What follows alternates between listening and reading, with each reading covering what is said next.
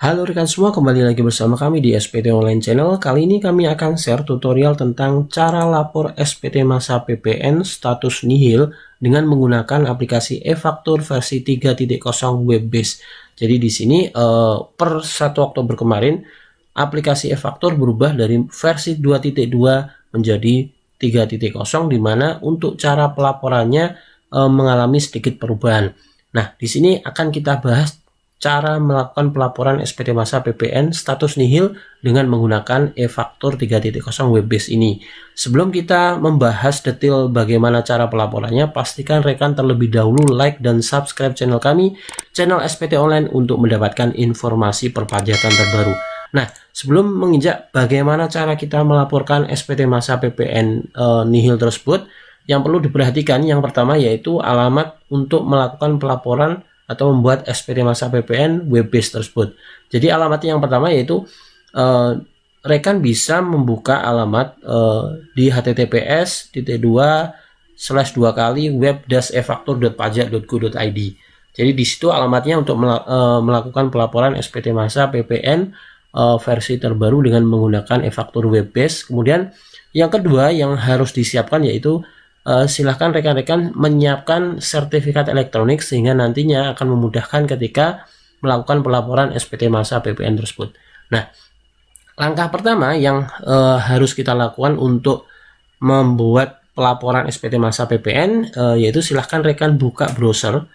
Jadi kemudian silahkan rekan masuk ke alamat web-efaktur.pajak.go.id seperti ini. Jadi silakan buka browsernya dan ketik alamat tersebut sehingga muncul halaman seperti ini, dan nantinya akan otomatis ketika sertifikat elektronik sudah terinstall di browser akan muncul opsi seperti ini, pilihan sertifikat elektroniknya.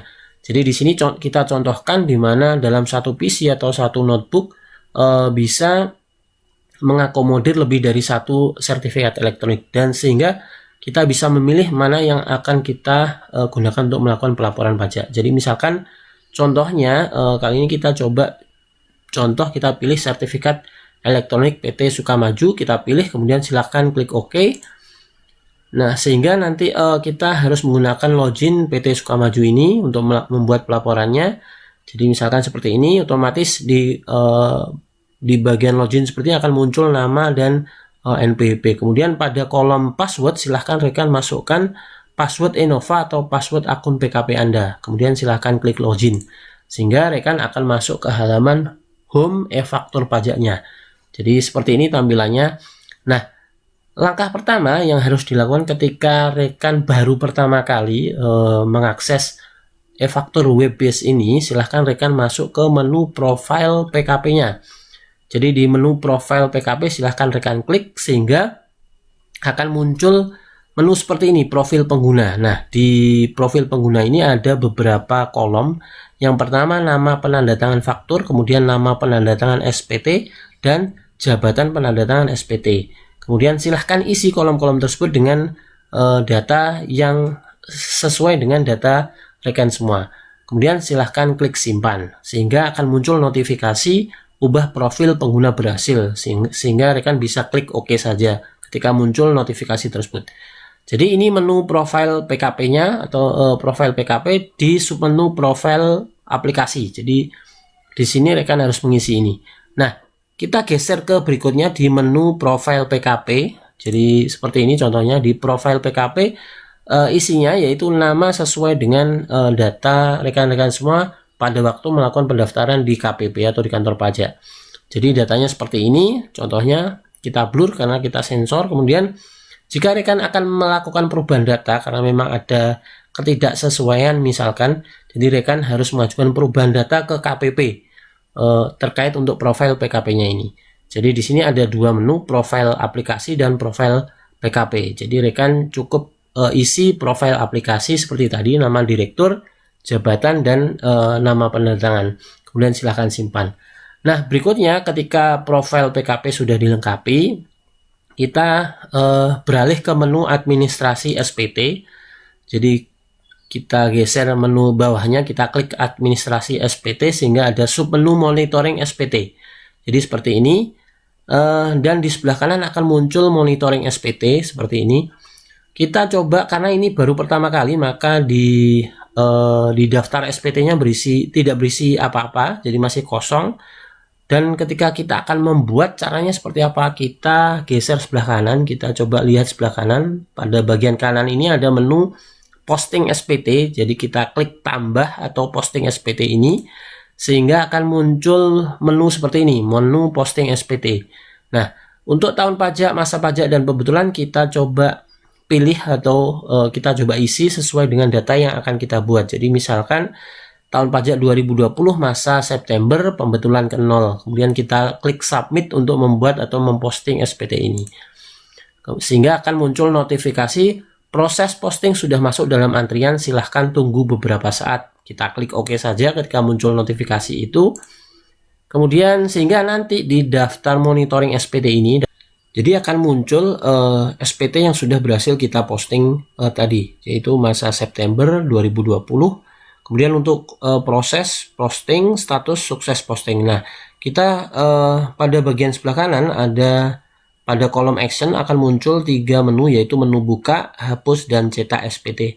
Nah, karena kita akan melakukan pelaporan SPT masa PPN nihil, kita buka terlebih dahulu SPT-nya. Jadi kita klik menu buka. Nah, seperti ini kita klik menu buka sehingga nanti akan masuk ke detail SPT-nya. Jadi di menu buka SPT masa September 2020 pembetulan ke 0. Jadi di sini di menu buka SPT masa ini akan ada 3 menu. Jadi yang pertama lampiran detail, kemudian lampiran AB dan induk. Jadi kalau kita membuka aplikasi e-faktur versi 2.2 yang desktop, di sini kita langsung jadi satu menunya, sehingga akan lebih memudahkan rekan-rekan dalam melakukan pelaporan. Nah, kita coba di lampiran detail. Jadi kita di lampiran detail ini di bagian formulir ada beberapa opsi. Yang pertama itu pilih jenis formulir, ada 5 jenis formulir, yaitu A1 daftar ekspor, A2 pajak keluaran atas penyerahan dalam negeri, kemudian B1 pajak masukan dapat dikreditkan atas impor, kemudian B2 pajak masukan dapat dikreditkan atas perolehan dalam negeri, dan B3 pajak masukan tidak dapat dikreditkan atau mendapat fasilitas. Jadi itu menu-menunya, menu-menu formulirnya yang bisa rekan tampilkan dan rekan bisa download dengan mengklik downloadnya, sehingga akan lebih memudahkan tanpa harus membuka satu-satu seperti yang di aplikasi e-faktur 2.2. Jadi di lampiran detail ini rekan bisa langsung melihat, menampilkan, dan mendownloadnya. Nah, kemudian kita, karena ini SPT nihil, kita langsung geser saja di lampiran AB. Jadi di lampiran AB ada 3 submenu. Yang pertama rekapitulasi penyerahan, kemudian rekapitulasi perolehan, dan perhitungan pajak masukan yang dapat dikreditkan, seperti bentuk dari SPT versi 2.2-nya, e-faktur 2.2-nya. Jadi hampir sama. Jadi di sini rekan langsung ketika ingin mengecek per bagian rekapitulasi penyerahan, silahkan rekan klik menu rekapitulasi penyerahan, atau misalkan rekan mau mengecek juga rekapitulasi perolehan, silahkan klik menu rekapitulasi perolehan. Dan di bagian bawah, di bagian pernyataan, kita nanti harus centang terkait pernyataan tersebut. Dan terakhir ketika mengeklik submit, maka lampiran AB ini kita akan klik submit untuk memposting lampiran AB-nya ke dalam SPT induk. Nah, kita coba contohnya, kita klik masing-masing menu supaya lebih jelas. Jadi di menu rekapitulasi penyerahan di lampiran AB seperti ini contohnya. Kemudian kita geser ke bawah di rekapitulasi perolehan seperti ini. Kita skip aja karena memang ini SPT nihil ya, jadi tidak ada isinya. Kemudian di bagian perhitungan pajak masukan yang dapat dikreditkan juga kosong seperti ini. Kita tidak mengurangi dan tidak menambah angka-angka yang ada di kolom ini, sehingga nanti untuk mengurangi resiko SPT tidak valid dan lain-lain. Jadi jangan dirubah isinya, dibiarkan default saja karena memang SPT-nya nihil. Kemudian kita coba scroll ke bawah. Nah, di bagian AB, di bagian pernyataan kita sudah centang, kemudian klik submit. Kita klik submit sehingga nanti akan muncul pilih sertifikat digital. Jadi di sini kita harus memasukkan sertifikat elektronik. Kita choose file saja. Jadi kita klik ini choose file, sehingga nantinya kita coba browsing atau kita coba pilih sertifikat elektronik yang sudah kita siapkan pada langkah di awal tadi. Kita pilih sertifikat elektroniknya, kemudian klik open. Kemudian di bagian Passphrase kita masukkan Passphrase sertifikat elektroniknya, kemudian klik setuju. Sehingga akan muncul notifikasi bahwa submit SPT lampiran AB berhasil. Silahkan klik OK. Oke, sampai step ini kita sudah berhasil memposting lampiran AB ke dalam SPT induk. Dan step berikutnya kita harus klik SPT induk. Jadi nanti kita akan membuat pelaporannya di SPT induk. Kita klik SPT induk. Di SPT induk ada 6 bagian seperti ini. Jadi penyerahan barang dan jasa, penghitungan PPN kurang atau lebih bayar. Bagian ketiga, PPN terutang atas kegiatan membangun sendiri. Bagian keempat, pembayaran kembali pajak masukan bagi PKP gagal berproduksi. Kemudian bagian kelima yaitu pajak penjualan atas barang mewah, dan bagian 6 kelengkapan SPT. Nah, ketika di bagian SPT induk ini kita coba cek sudah benar isinya di 6 bagian tersebut. Jangan lupa nanti di bagian pernyataan kita centang kembali pernyataannya, kemudian nama jelas dan jabatan kita isi dengan sesuai nama direkturnya dan jabatan direkturnya kita isi seperti ini. Nah, kita coba cross check lagi ya untuk data SPT induk di bagian penyerahan barang dan jasa dan 6 bagian ini, sehingga rekan nanti bisa lebih jelas. Contohnya, jadi contohnya seperti ini. Di penyerahan barang dan jasa isinya 0. Kita tidak merubah atau mengedit apapun, sehingga tidak menyebabkan SPT nanti tidak valid. Jadi biarkan secara default isian seperti ini, jadi jangan dirubah-rubah karena status SPT-nya nihil. Kemudian di bagian kedua, penghitungan PPN kurang atau lebih bayar, seperti ini bentuknya, isinya 0 semua. Kemudian di bagian 3, PPN terutang atas kegiatan membangun sendiri juga kosong. Kemudian di bagian 4, pembayaran kembali pajak masukan bagi PKP gagal berproduksi juga kosong seperti ini.